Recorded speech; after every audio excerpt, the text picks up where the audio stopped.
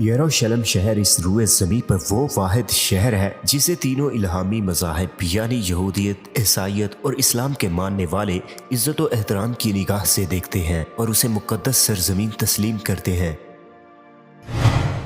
یہ تاریخی شہر صدیوں سے اپنے اندر بہت سارے تاریخی قوموں کے واقعات سمیٹے ہوئے ہے، جس نے قدرت اور انسان کے ہاتھوں صرف مصیبتیں مول لی، اور یہ مقدس شہر کئی بار اجڑا اور پھر سے بس گیا، مگر آج بھی یہ شہر لوگوں کے دلوں میں ایک بڑا مقام رکھتا ہے۔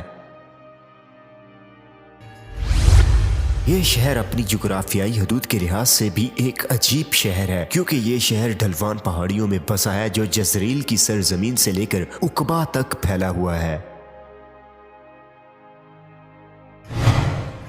ہسٹوریکل ریکارڈ یہ بتاتی ہے کہ یروشلم میں کبھی قحط نہیں پڑا، کیونکہ یہ شہر 300 سال پرانا ہے۔ اس طرح یروشلم کے کئی نام ہیں، کیونکہ جس قوم نے بھی اسے فتح کیا اس نے اسے ایک نیا نام دیا۔ یوں اس شہر کا سب سے پرانا نام جیبوس ہے۔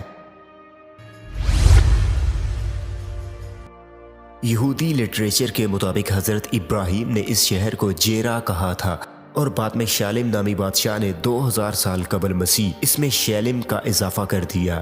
اس طرح دو ایرانی الفاظ یعنی یرو اور شلم کا مرکب یہ شہر یروشلم کہلایا۔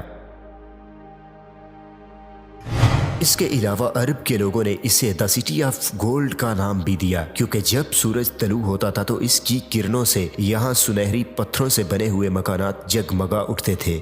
یوں بعد میں مسلم حکمرانوں نے اس شہر کو القدوس کا نام دیا تھا، جبکہ یہود و نصارہ نے یروشلم کے نام سے ہی اس کو تسلیم کیا، اور اس طرح آج تک اسے یروشلم کے نام سے ہی جانا جاتا ہے۔ انسانی تاریخ میں اب تک کوئی ایسا مقام نہیں ہے جو بیت المقدس سے قدیم ہو۔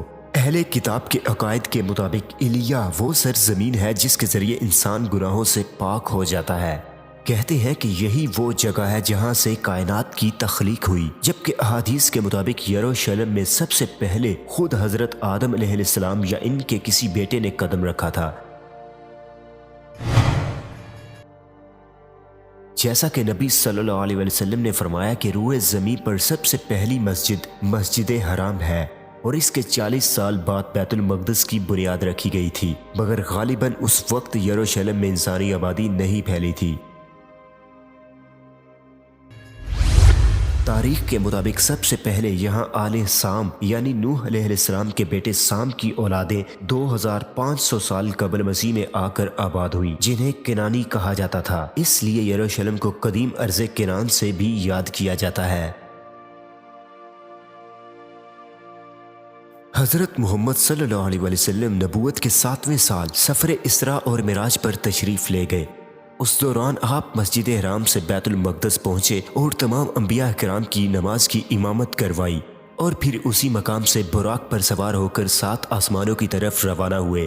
اس طرح کعبہ شریف اور مسجد نبوی کے ساتھ یروشلم کے بیت المقدس کو اسلام کا بہترین مقام کا درجہ نصیب ہوا۔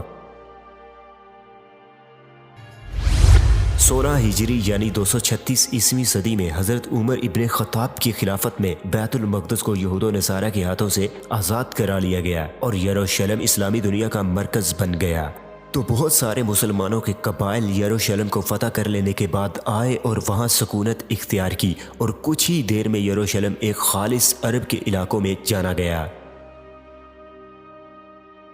یوں بنو عباس کی خلافت تک یروشلم اسلامی ریاست کا حصہ رہا، لیکن جیسے ہی خلافت کمزور پڑنے لگی 1099 عیسوی صدی میں صلیبیوں نے بیت المقدس کو مسلمانوں سے چھین لیا اور یروشلم کو اور وہاں کے مسلمانوں کو ظلم کا نشانہ بنایا۔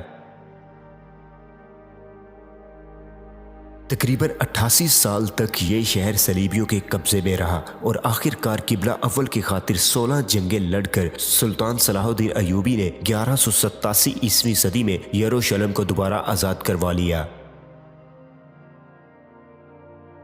یوں صلاح الدین ایوبی کے بعد تقریباً 700 برسوں تک یروشلم اسلامی سلطنت کا حصہ رہا۔ جہاں ترک عثمانیوں نے یروشلم کو خوب ترقی دی، تو وہیں یہود و نصارہ کے لیے بھی اس شہر کے دروازے ہمیشہ کے لیے کھولے گئے، اور یروشلم میں پہلی مرتبہ اتنے عرصے تک امن و امان کا دور دیکھا گیا۔